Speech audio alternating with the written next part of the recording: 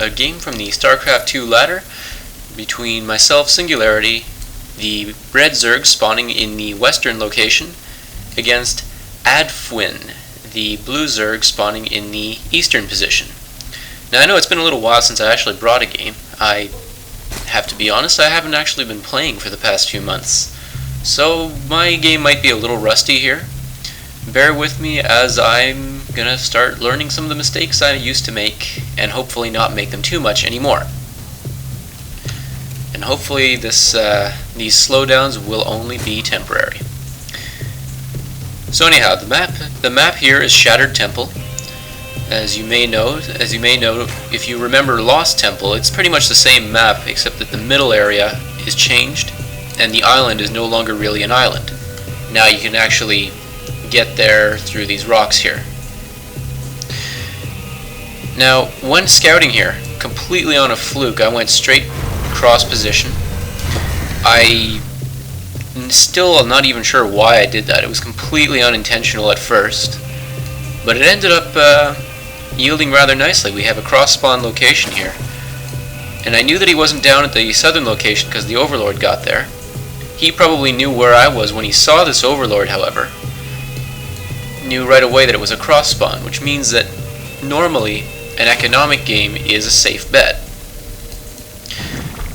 Now, as I've gotten used to with Zerg, I placed my pool down at 13, which is actually one earlier than he did, meaning that his economy would be a little bit stronger down the road, but I would have been better prepared than him had it come to a rush game. As you can see, that is not the case here anyway. So at this point, looking at the production tab, we don't see a very big difference. See, you got a drone here on a 5-point patrol around his base. He's actively controlling the drone. I started doing this because it means I can stop paying too much attention to it but still get scouting information. Every now and again I take a peek over here to see how the spawning pool is coming along, and I noticed that it was pretty near completion, so I started moving the drone out of there right away. His is already halfway back to his base, but then my spawning pool is already complete, the queen is already 20 seconds in, the Zerglings are about to pop. It was a good time to get out of there. So he's only making one pair of Zerglings here, whereas I've got 4 Zerglings over here making sure there's no drone hiding, and another pair adding to that. So 6 Zerglings. Now this is a little much for a scouting party normally, but I decided it was probably good, just as good. And the 2 scouting parties meet up in the middle, and he sees he's a little bit outnumbered. Now at the same time, just to make sure, because my experience with Zerg versus Zerg has been Zergling versus Zergling, I put up my Baneling nest, and I can see here in the replay we both went for metabolic boost at about the same time. It might be a half-second difference. Now he's putting down this fast hatchery, which is a big problem because he's got Zerglings pecking away at it, and he doesn't have the kind of forces necessary to push these guys away. He tries to come in with 4, but 6 to 4, I think you can already see where that's going to go. And I made sure that he lost all his Zerglings with no casualties on my own. Now I got a couple of really injured ones, but no losses. And I figured by now he'd either have a Baneling nest or a lot of Zerglings up here, which is the only reason I didn't push up. And of course he didn't, but that's not the point.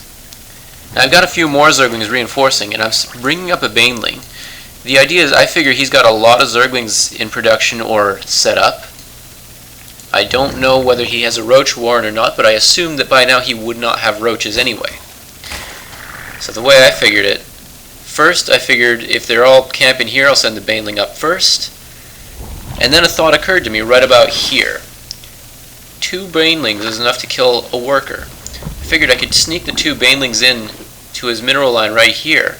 But unfortunately I don't micro this correctly, and he sends 1 Zergling after this Baneling. And when he reaches the destination, he, well, detonates, wasting himself on a Zergling. So at that point, that first plan, the economic damage plan, was kind of ruined there. And then the second Baneling wasted himself on 3 Zerglings, so I decided to get these guys the heck out of there. There are reinforcements waiting for them at the watchtower, and me all the while I'm upgrading to a lair. He's sticking to this, but he's putting up 10 roaches. Now I ruined his expansion attempt. Now 10 roaches he's sacrificing a decent bit of economy for this. During that attack I expanded over here, but instead of setting up defenses, I was switching to roaches as well.